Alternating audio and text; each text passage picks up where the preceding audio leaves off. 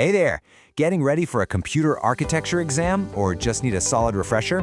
Well, you're in exactly the right place. We're gonna cut through all the complexity and break down the absolute must-know concepts. Let's get right into it. Okay, let's kick things off with the most fundamental question of all. Have you ever really stopped to wonder what the core blueprint is that makes your phone, your laptop, and even those giant supercomputers actually work? So that master plan, it all comes down to something called computer architecture. And the most important blueprint, the one that really set the stage for everything, is called the von Neumann model. Okay, so here's the key thing to get. Architecture isn't just about the physical stuff, the chips and wires. Think of it more like a rule book or an essential translator that lets the software you use, like an app or a game, talk to the hardware, like the processor and memory. And what's just mind-blowing is that the model we're looking at was cooked up by John von Neumann way back in 1945, and it is still the foundation for almost every computer today. His big idea, which was totally revolutionary, was that a computer's memory could hold both its instructions and its data in the exact same place. That simple idea made computers incredibly flexible. All right, let's crack open that blueprint and look at the first major piece of the puzzle, the CPU, or the Central Processing Unit. This is, without a doubt, the brain of the whole operation. No matter how powerful or complex your CPU is, it really just boils down to two key parts working together in perfect harmony. Think of them like two specialized departments inside the computer's brain. So on one hand, you've got the ALU, the Arithmetic and Logic Unit. That's the calculator. It does all the heavy lifting, all the math, all the logical comparisons. And then you have the control unit. It's kind of like the traffic cop. It doesn't do the math itself, but it directs the flow of information and tells the ALU what to do next. Okay, so we've covered how a computer thinks, but what about how it remembers things? Well, just like our own brains, computer memory isn't just one big blob, it's actually layered. Right, and when you're talking about computer memory, there's a golden rule. You can't have it all. It's this constant balancing act between how fast the memory is, how much stuff it can hold, and of course, how much it costs. The fastest memory, super expensive and small. The biggest, kind of slow, but cheap. And this is how it's all organized, in a hierarchy. Think of it like a pyramid. Right at the very top, you have registers. They are tiny, lightning-fast bits of memory right inside the CPU. Just below that is cache, which is like a little cheat sheet for frequently used data. Then you have your main memory, your RAM, which is the main workbench. And way down at the bottom is your secondary storage, like your hard drive, for stuff you want to keep around for a long time. And this chart really drives that point home, right? You can see that cache memory is incredibly fast, which lets the CPU just fly, but it's pricey.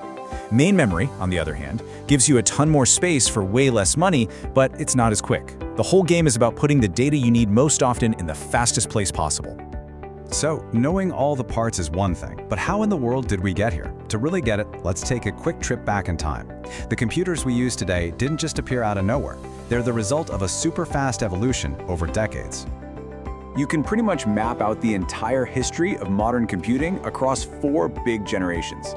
And each generation was kicked off by a massive technological leap that made computers smaller, faster, and way more powerful than what came before.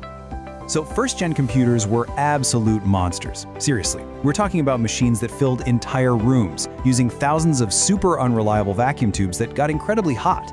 And the key thing is, they weren't like the computer on your desk. Each one was built to do just one specific thing. Then came the absolute game changer, the transistor. Swapping out those big, fragile, power-hungry vacuum tubes for tiny little transistors was a huge deal. Suddenly, second-gen computers could be way smaller, they used less power, and they were way more reliable. And of course, the progress didn't stop there. The third generation gave us the integrated circuit, which basically squeezed hundreds of transistors onto one tiny little silicon chip. This was huge for making things even smaller and cheaper, and it led to the first mini-computers that started popping up in businesses. And that right there brings us to the fourth generation, and the world we all live in today. The microprocessor put the entire brain of the computer, the CPU, onto a single chip.